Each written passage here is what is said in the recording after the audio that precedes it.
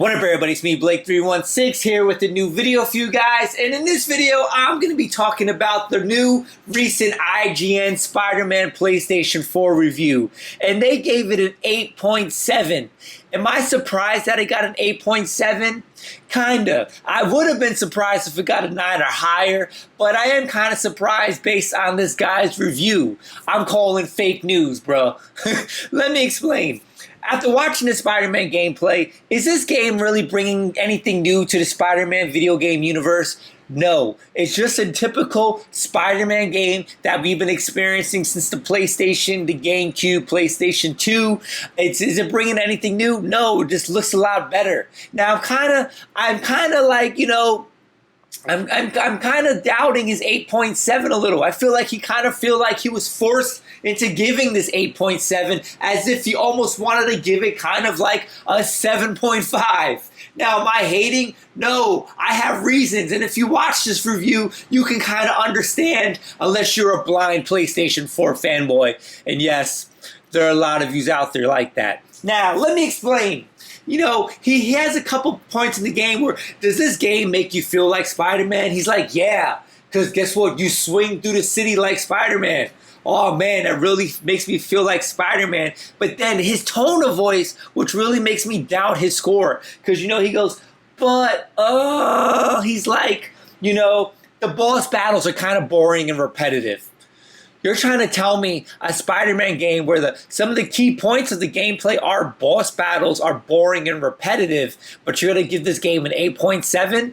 Yeah, I'm not really believing that score. Another point in the review, he's talking about how there's side missions where you fight like goons and thugs on the street, and he's like, it gets kind of boring and repetitive. Once again, a repetitive and boring comment.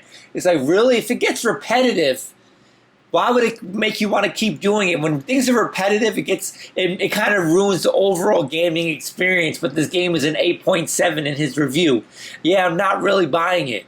Another thing he says is that there's tons of different Spider-Man suits that you can play in the game, but guess what? You don't really need to use them because you're really good with just one or two Spider-Man suits. So which means that, yeah, the variety's there, but it's kind of worthless. So he's saying like, yeah, the game makes you feel like Spider-Man. You can swing through the city. The game feels good. He was also saying how the story is really good because, you know, the whole story about Peter Parker, Mary Jane is so interesting. Like, you haven't heard this story a million times. I feel like he's just reaching for anything to try to justify this 8.7 review. But when he's actually talking about the gameplay, it sounds kind of boring and repetitive. I'm not really buying into this 8.7. I'm pretty sure he wanted to give this game a 7.5, but you kind of know IGN can't really risk giving another game that the people want to receive a high score, a low score, or not even a low score, an average score, you know, with all the things. I feel like they kind of felt like they were pressured into giving this game an 8.7. In reality,